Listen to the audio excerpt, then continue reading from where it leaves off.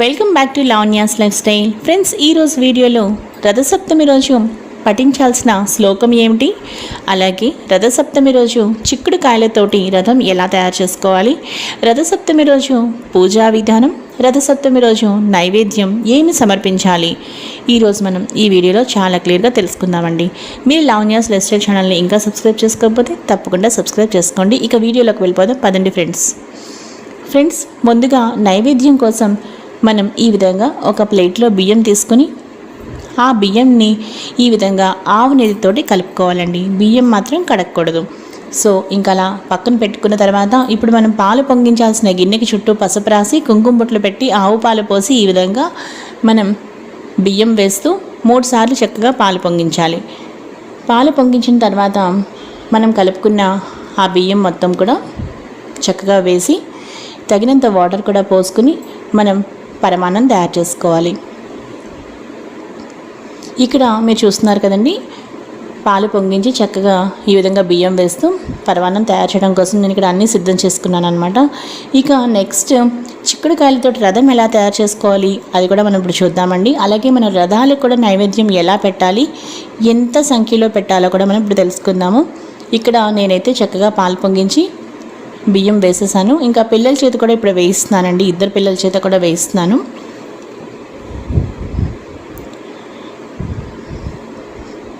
ఇదివరకు నేను ఆల్రెడీ ఒక రెసిపీ కూడా షేర్ చేశానండి, చూసారు కదా. ఇక్కడ మా పెద్దమ్మాయి వేసింది, ఇప్పుడు మా చిన్నమ్మాయి కూడా చేత కూడా వేయించాను అనమాట.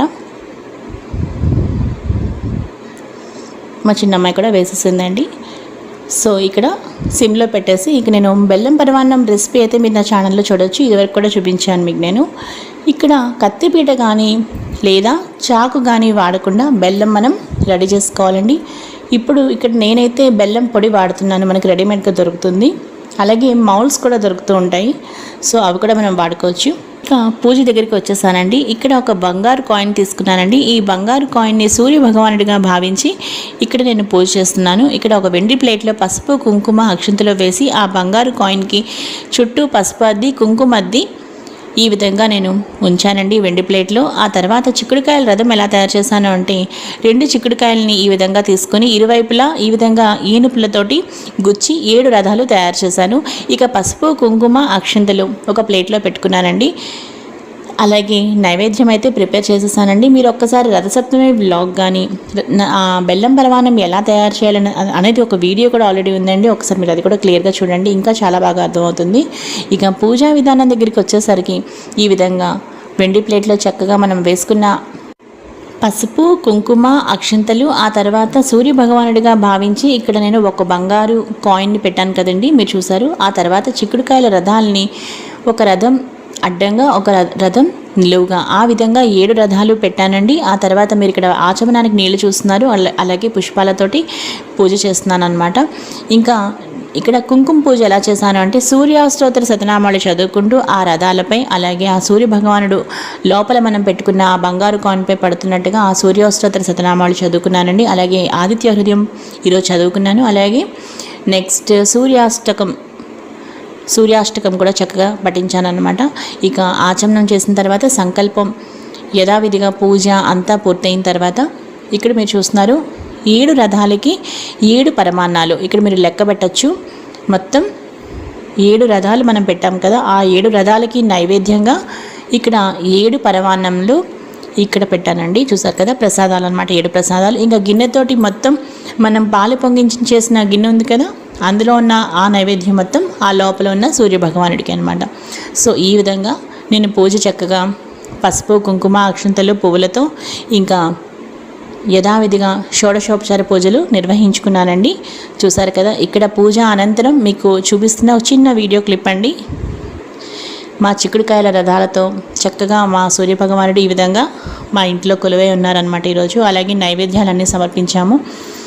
ఇంకా ఈరోజు ఈ వీడియో అయితే ముగించే ముందు ముఖ్యమైనది ఒకటి మిస్ అయ్యాని అనిపించిందండి. తమ్నైల్లో రథసప్తమి శ్లోకం మనం చదువుకోవాలి.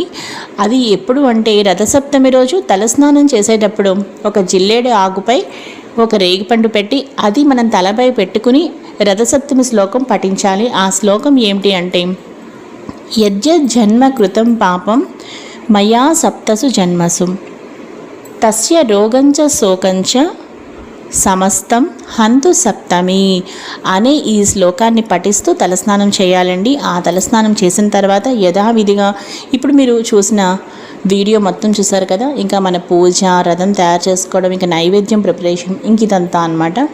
సో ఇంకా ఈరోజు ఈ వీడియో మీ అందరికీ బాగా నచ్చింది అనుకుంటున్నానండి.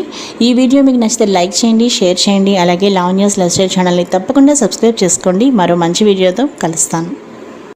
ఈ వీడియో ఒక్కసారి ముగించే ముందు ఇప్పుడే కొత్తగా సబ్స్క్రైబ్ చేసుకున్న వాళ్ళు, నా ఛానల్ని చూస్తున్న వాళ్ళు అయితే ఒకసారి మీరు లావణ్యాస్ లైఫ్ స్టైల్ ఛానల్ని తప్పకుండా విజిట్ చేయండి. అక్కడున్న వీడియోస్ అన్నింటినీ కూడా చూడండి. మీకు వీడియోస్ బాగా నచ్చితే లైక్ చేయండి, షేర్ చేయండి, అలాగే సబ్స్క్రైబ్ చేసుకోండి. అలాగే పక్కనే ఉన్న బెల్ ఐకాన్ కూడా యాక్టివేట్ చేసుకోండి.